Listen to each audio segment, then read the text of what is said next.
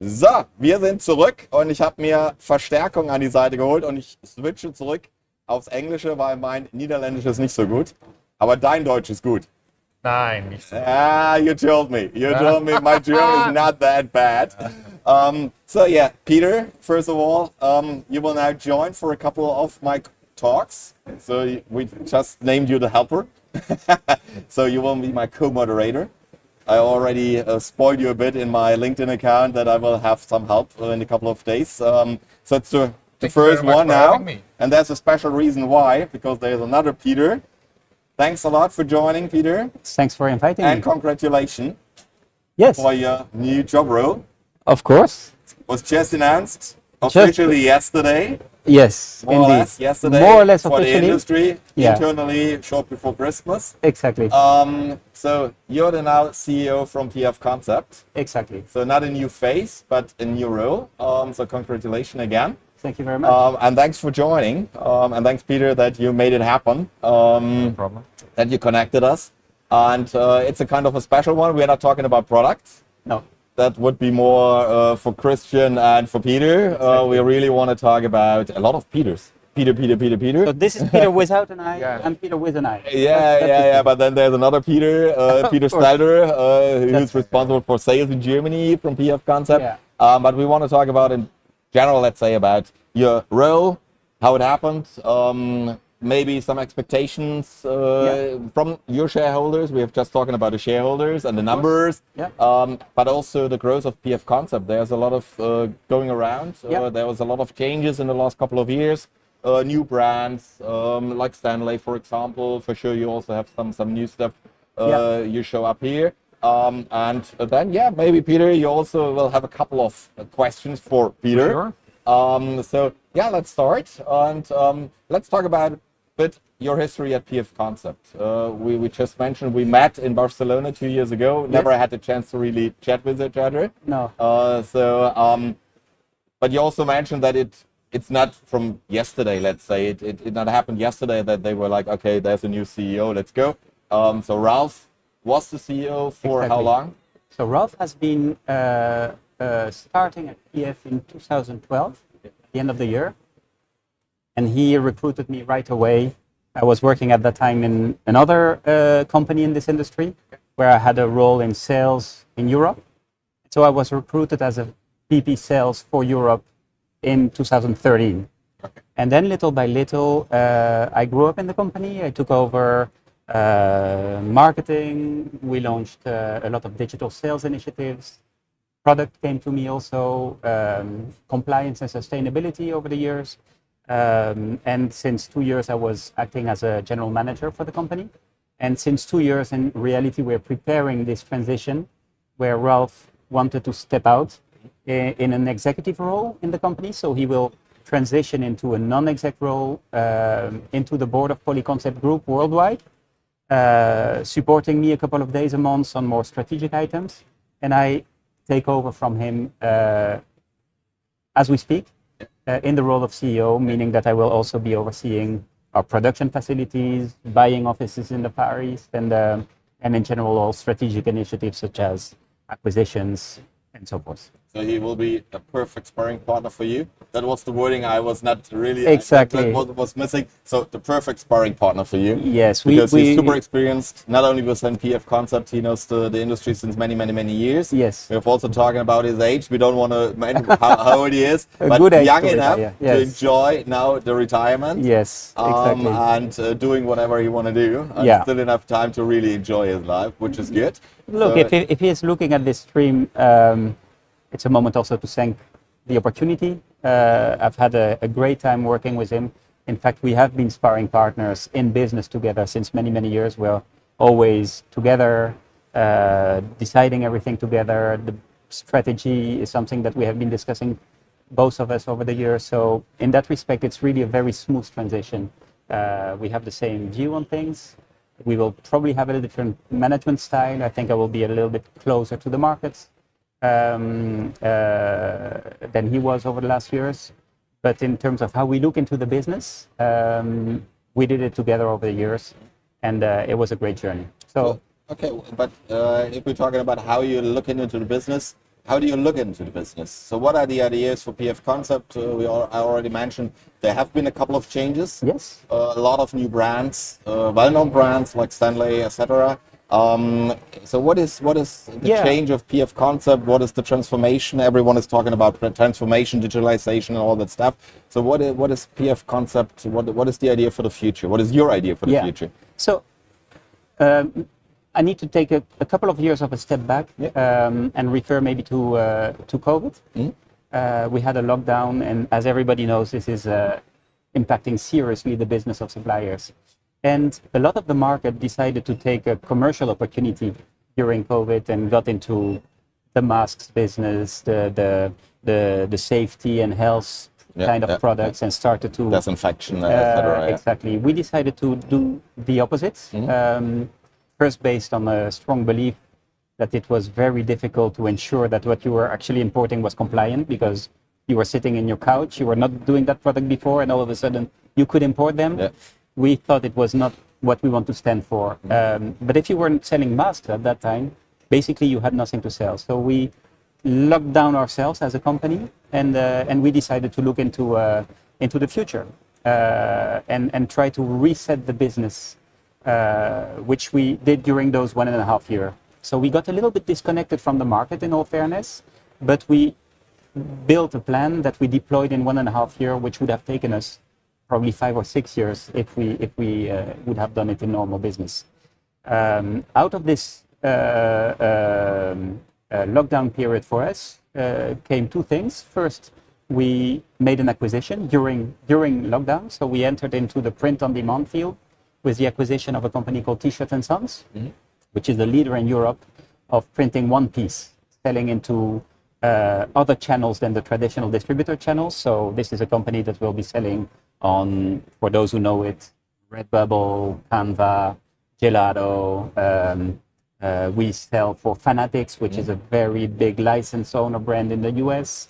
So we made that acquisition because we thought that one of the consequences of COVID would be that people would go for less and for more shopping online. So we are positioned on print on demand. And then we also had to think about what do we as a promotional supplier stand for, and how do we want to develop in the future. We rethought our collection. We vacated a lot of entry price points, and we repositioned the product into more meaningful ones, sustainable products, better products, brands, and so forth. So this is our first brand promise. We have a collection that our distributors can come to us and they will find selected with care items. The second brand promise is that we digitalized entirely our business. So we stopped producing paper catalogs. We invested in systems. We are connected with most of our customers. We invested in visualization software. We have fantastic tools to 3D modelize, create mood scenes images of the products that we sell, to put them in the context and offer an alternative to paper catalogs. But we also invested massively in digitalization of our operations. We have a factory in Poland, another factory in the UK. You would see it's full of cobots, of robots doing things, and that's what we did during that. Our second brand promise is that we want to be the partner for the industry to transition into digital selling. And the third thing that we did is that we accelerated our sustainability roadmap. We are very proud to be, for the second year in a row, EcoVadis Platinum. To be Platinum when you're a supplier is very difficult because you have... Especially since last year. Absolutely. Even more. And they changed the rules. Exactly. The rules are getting more and more stringent. Yep. But also your factories are... Of course, our purchasing, our factories, our selling, all our processes are covered by the thing, and still we are Platinum. So we are proud of that, and we believe that we can claim that we are the go-to partner for helping this industry to move forward to a sustainable future. That's our claim. So we don't greenwash. We don't say that we are better than the rest, but we are working very, very hard to make ourselves a sustainable partner for our customers. So those are the three brand promises that we deliver year on year. That's our strategy. We still have a couple of years to go with that strategy. And knock on wood, it helped us to grow since 2-3 years. We are in in a very strong growth. We went deep during COVID, I must admit, but now we are a nicely growing supplier again. It's nice to see. So I had a chance, I think it was pre-COVID, to have a chat with your sustainability management team. Yes. And this was, let's say, in the early age of what is sustainability about, and that it's super complex to start that journey, because it is a journey at the end of the day, and it's a long way to go. And the approach we discussed about how you want to do it and the steps, that was so much far away from what I've heard from the other ones. So strategic, planned. They were a super strategic approach where they were, okay, we will do this one and then we do this one. And Exactly. and I was like, okay, let's see if they will really make it happen. And then after COVID, it was like, okay, yeah, really, they did it in a super short timing, because again, it's a long journey usually. You did it in 3 years. Yeah. And I was like, wow. Thank you very much. That's really impressive.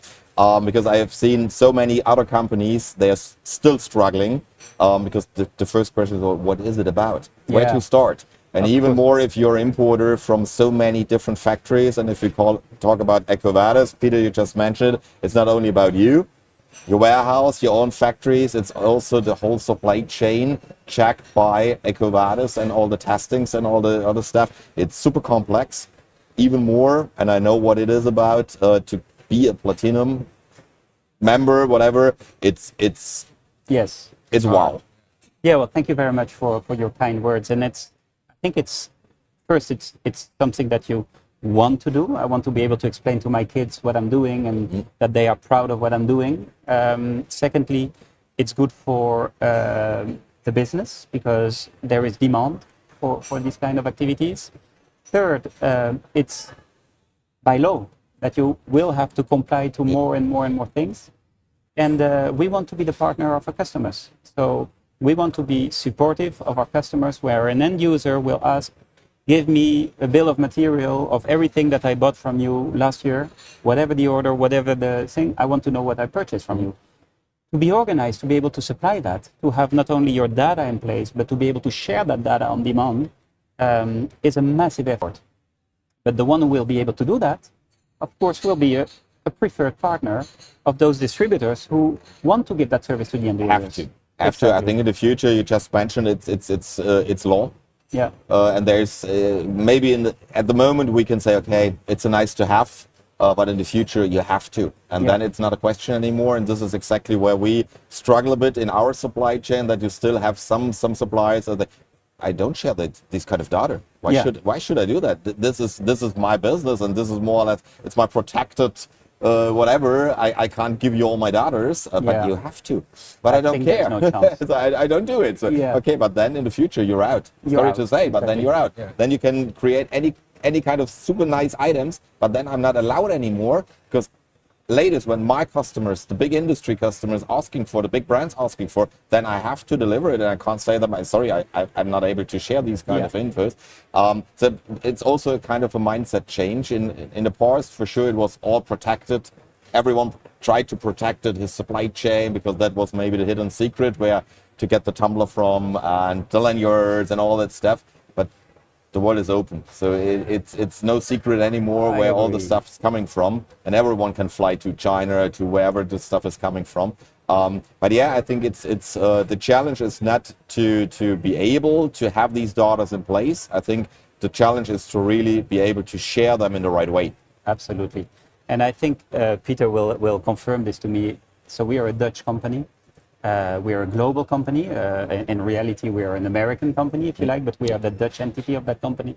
European entity, we're Dutch. And the Dutch are open-minded, they are transparent, they are straightforward. And so for us, transparency is something very natural to do. And also in reality, I am in the business of supporting your small quantity business in reality. So I can tell you where the products come from. You cannot fly in 750 tumblers printed in a day in China. That's my daily business, to service this to you. If people want to place big import orders, they don't need my transparency to find the right factory. So we're not afraid of sharing. So it is by law, but it's also my business. So, and we do it exactly the same, and maybe that's also kind of a USP, or where we are different.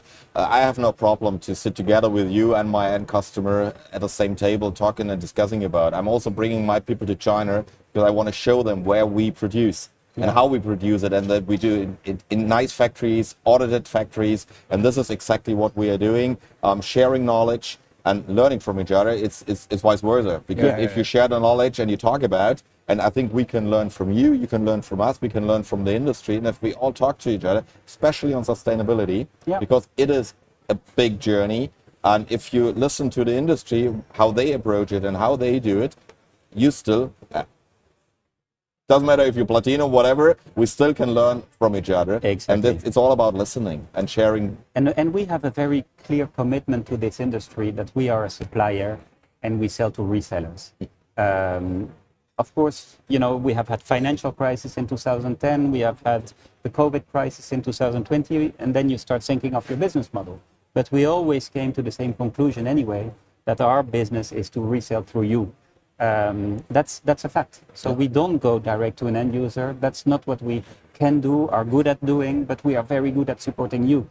So with this clear commitment, we believe also that our customers can be transparent to us. And as you rightfully say, if it is helpful for your business to introduce us to your end user, we're absolutely happy to support, because we are not interested in going direct to that company. We know where Coca-Cola is, we know where Boeing is, we can It's the find other them. way around. We know where the factories are, so Exactly. it's not a hidden the same secret thing. anymore. So Everybody wins in being transparent, and our customers should focus on developing the business at the selling side. We take care of the rest. This is how we see the I'd wheel. like to talk about one more trend we spot in Holland. I don't know if it's the same in Germany, but we see MOQs going down, especially with the printing on demand facilities your companies like you are offering. Do you see that in Germany also, that the printing on demand thing is... Yeah, it depends. We have a lot of new customers. They ask for print on demand because it always sounds like quite sexy. No stock, no financing, easy to choose from a huge selection. But at the end of the day, in daily life, it's not that much, to be honest. No? So it not really happens. Maybe we are different because we have these fixed assortments, we have these fixed basic stock stuff, and we more trying to really stock the branded items in our warehouse and to ship. It's the same concept, to have them in house, to ship them at the same day. We call it the Amazon effect.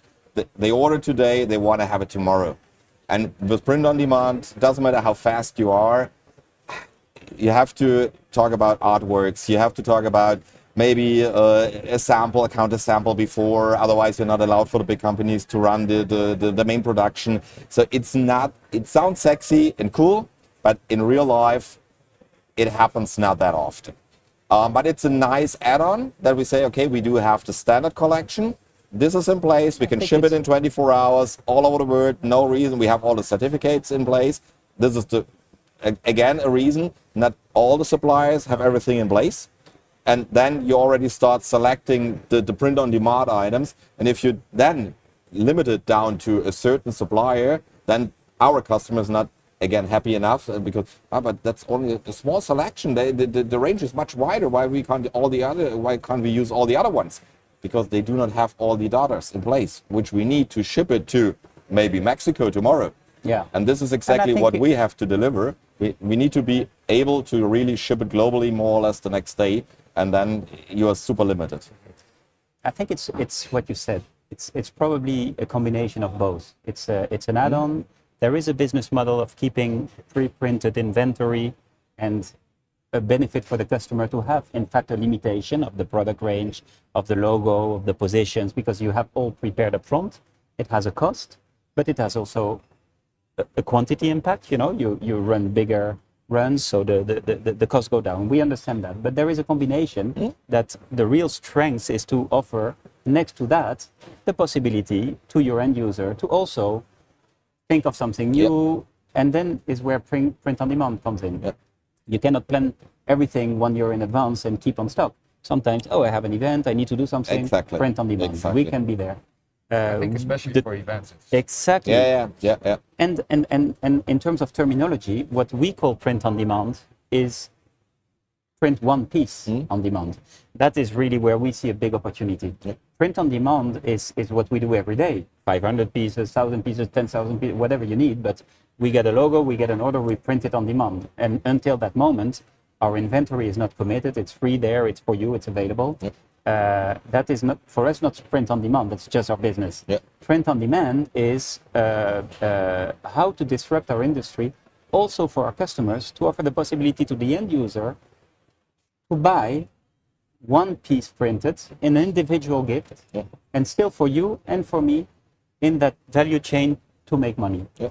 That will be the big announcement for us of this year, how we bring the technology to the promotional, we call it product media market, so that distributors can offer a print-on-demand solution of one piece printed to an end user, exactly like we resell it with T-shirts and sons through Redbubble or Fanatics or the other ones. We believe that this will open up a lot of possibilities to our distributors. Think of universities. People in universities love to wear a shirt with any their kind name. of events. When you Totally agree, you run a marathon, you prefer to run your marathon with a T-shirt with your ambition on it rather than the same T-shirts as everyone. Totally right. When you go to a concert, you don't want to queue and purchase a T-shirt with all the names of all the places where the concert takes place. You want to receive that T-shirt at home, to wear it, and to wear it when you get to the concert place. But then you need to find a way to buy one piece and to get it printed and shipped on demand. We can do that. What we lacked was the technology to enable our distributors to implement web shops on the run, open it for an event, close it after the event at a costless and effortless way. So that technology is ready now. It's called You Design Me. Yep. We implement it in the Netherlands. We'll be presenting it in the Netherlands Fair in 2 weeks from now.